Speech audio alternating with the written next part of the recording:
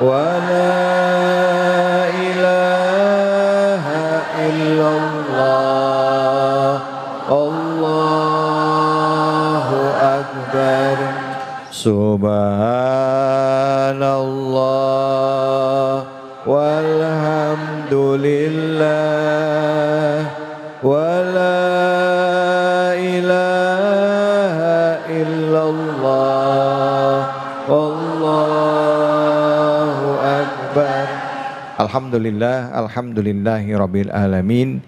Puja dan puji kita panjatkan kepada Sang Ilahi Rabbi Allah Subhanahu wa taala atas nikmat yang diberikan, terutama nikmat kesempatan untuk hidup setiap harinya.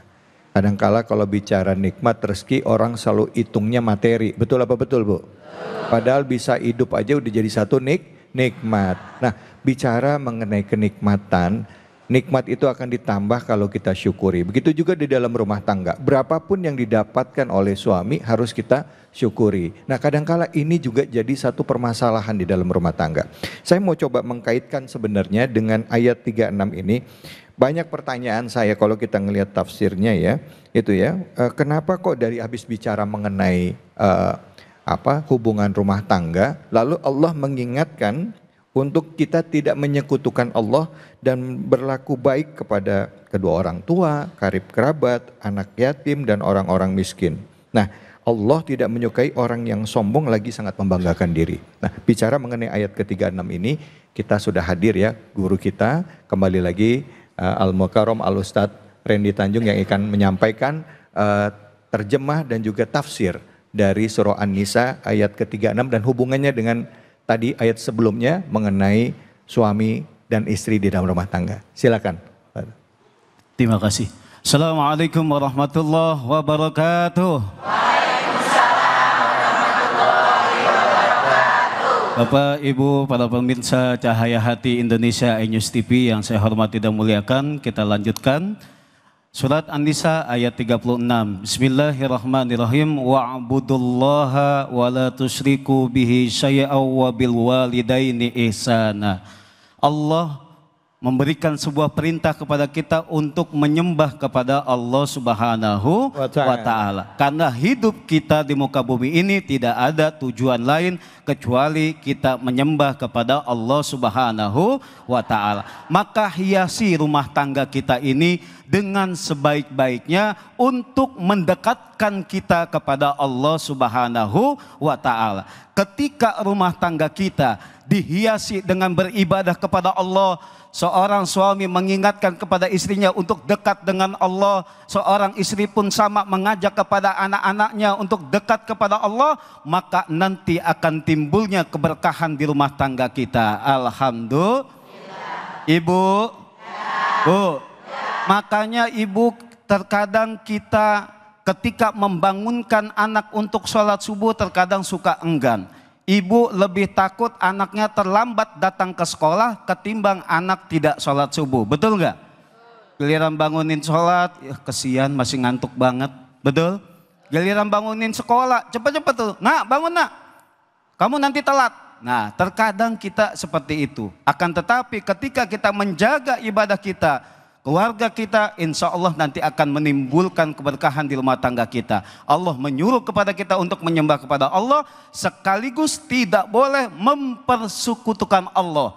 Tidak boleh kita musyrik kepada Allah Subhanahu wa taala, tidak boleh menyembah kepada selain Allah. Maka kalimat yang utama adalah La ilaha illallah. Tidak ada Tuhan yang berhak disembah kecuali hanyalah Allah Subhanahu wa taala. Dosa apapun kita, sebesar apapun dosa kita, kalau kita tidak syirik kepada Allah, insya Allah dengan taubat kita, mohon ampun kita kepada Allah Subhanahu wa taala, dosa itu pun akan diampuni oleh Allah Subhanahu wa taala. Tapi kalau seandainya kita berlaku syirik kepada Allah, menduakan Allah, maka inilah yang akan menjadikan bahaya di dalam kehidupan kita nantinya. Na'udzubillahi min dzalik. Dan kemudian di samping menyembah kepada Allah, tidak mempersekutukan Allah dan di dalam rumah tangga kita, agar kita bisa menjadi berkah kehidupan kita, maka kita harus berbuat baik kepada kedua orang tua kita. Walaupun kita telah menikah, tapi kita tetap menjaga silaturahim kita kepada orang tua kita, kepada mertua kita, maka nanti akan timbul keberkahan di rumah tangga kita. Maka ibu jangan suka ngiri ketika suaminya memberikan rizkinya, sebagian uangnya untuk diberikan kepada kedua orang tuanya. Dan juga para suami juga jangan suka marah kalau seandainya istrinya deman untuk memberikan sesuatu kebaikan untuk orang tuanya. Jadi ketika kita berumah tangga masih menjalani hubungan baik dengan orang tua kita, maka inilah yang akan mendatangkan keberkahan yang lebih bagi diri kita dan juga keluarga kita. Kenapa suami kita terkadang usahanya banyak yang tidak lancar, banyak kita sulit mendapatkan pekerjaan, banyak yang sulit untuk mencari sesuatu, mungkin kita kurang memohon ridho doa dari orang tua kita. Maka kita evaluasi diri kita agar kita menyembah kepada Allah, menjaga tidak mempersekutukan Allah, berbuat baik kepada kedua orang tua kita, kemudian juga kepada keluarga terdekat kita, para fakir miskin, anak yatim yang ada di sekeliling kita. Dan Allah mengancam kepada kita tidak boleh menyombongkan diri. Terima kasih. Masya Allah, terima kasih banyak Ustadz. Bu, Pak, ternyata kalau pengen punya rumah tangga sakinah mawaddah warahmah, fondasinya adalah akidah. Fondasinya adalah tauhid. Ya, dimantepin lagi tauhidnya, dimantepin lagi ya hubungan hablum minallah dan hablum minannas ya. Tadi sama orang tua, sama kerabat, sama fakir miskin. Makanya nggak heran kalau banyak kiai zaman dulu kalau kita misal bicara rumah tangganya berantakan, udah sedekah belum? Ya, minta ampun sama Allah, jaga hubungan sama orang tua. Lu datengin orang tua lu, benar apa benar? Ya, silaturahim orang tua, silaturahim keluarga ya, sedekahin fakir miskin, bantu saudara, anak yatim ya, siapapun kita, insya Allah rumah tangga kita jadi rumah tangga yang sakinah, mawadah, warahmah. Lagi ada kesulitan, diangkat kesulitannya. Amin ya robbal alamin. Baik, kita akan lanjut lagi. Tadi mungkin itu baru yang nampaknya di permukaan. Kita akan main lagi lebih dalam lagi. Kita akan kaji lebih dalam lagi. Tapi sebelumnya ada informasi yang menarik mau disampaikan oleh Ustazah Lulung. Apa dia? Ini dia.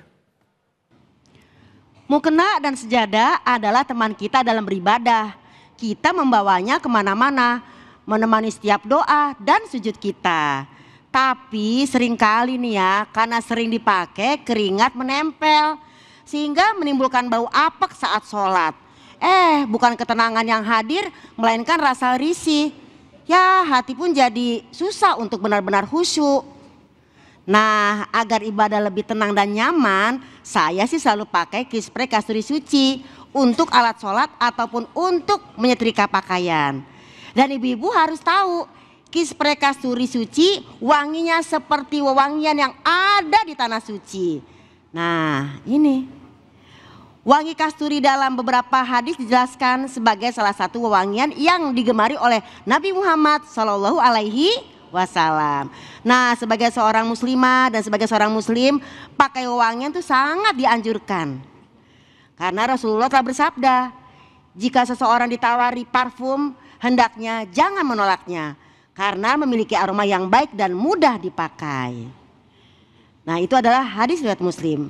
Jadi, wangi saat melakukan sholat itu juga termasuk sunnah loh pemirsa. Kispray kasturi nggak hanya sebagai pelicin atau pewangi dan pelembut, tapi dia sudah bisa menjadi semprotan multi occasion. Bisa disemprotkan pada alat sholat yang kita pakai, kayak mukena, sejadah, atau karpet.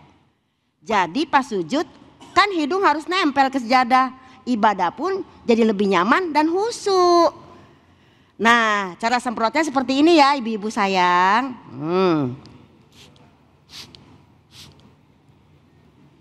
Wanginya lembut sekali, seperti keharuman di raudhah dan di tanah suci. Masya Allah, kispray kasturi sudah bersertifikat halal. Wewangiannya dari essential oil jadi aman. Keharumannya tahan lama dan punya anti kuman juga loh ibu-ibu. Kita harus menjaga kebersihan dan memakai wangian asalkan tidak berlebihan. Bagi yang rindu keharuman tanah suci dan raudhah bisa pakai kispray kasturi suci ya ibu-ibu ya. Sholat jadi lebih nyaman dan khusyuk. Insya Allah kispray kasturi sekarang sudah tersedia di supermarket dan minimarket terdekat. Jadi memudahkan kita untuk stok kispray di rumah. Dan ibu-ibu juga bisa beli di sini loh. Dan kunjungi booth kispray yang ada di depan ya ibu-ibu. Mulai sekarang selalu jaga kebersihan dan wewangian alat sholat ibu-ibu ya. Dengan kispray kasturi suci, wangi mewah penuh berkah. Kispray kasturi suci, wangi mewah penuh berkah.